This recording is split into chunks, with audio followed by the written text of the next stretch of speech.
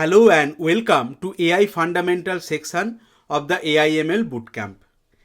In this module, we'll review how diffusion model, to be specific, how Stable Diffusion Model works.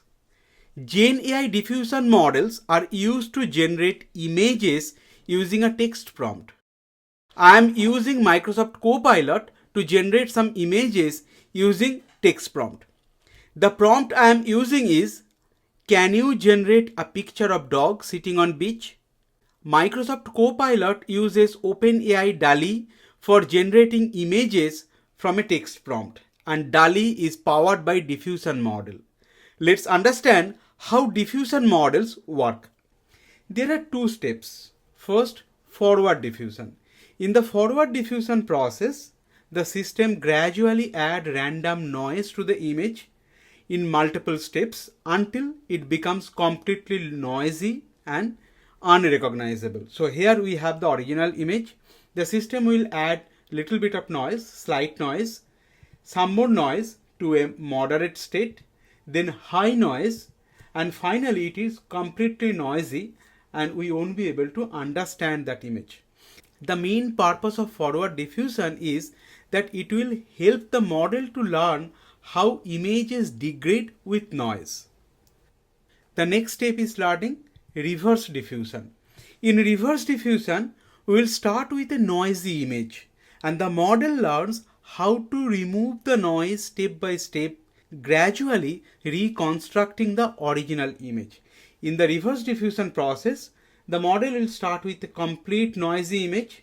From there, high noise, a little bit outline on the image, then remove some noise to a moderate state where you will see those picture outline, to a slightly noisy state where the picture is almost done with a little noise until the final image. And the main purpose of reverse diffusion is it will teach the model how to generate new images from random noise. And this training process will help the model understand the structure of image and how to reconstruct from a pure noise. Now, once the model trained, at the generation step, if we put a text prompt, generate an image of a dog sitting on a beach, then the model will start with a noise or completely noisy image, and then it will use the learning of reverse diffusion process to generate the final image.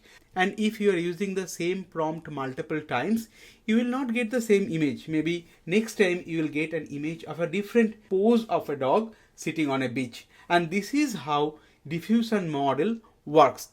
Stable diffusion is powerful because it can generate detailed and high resolution images, and it can carefully control the noise removal process from the image.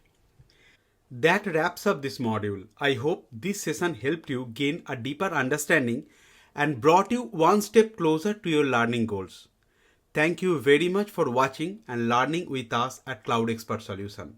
If you found this video helpful, please give it a thumbs up, subscribe for more update, and feel free to drop any question or feedback in the comments. We would love to hear from you. See you in the next module.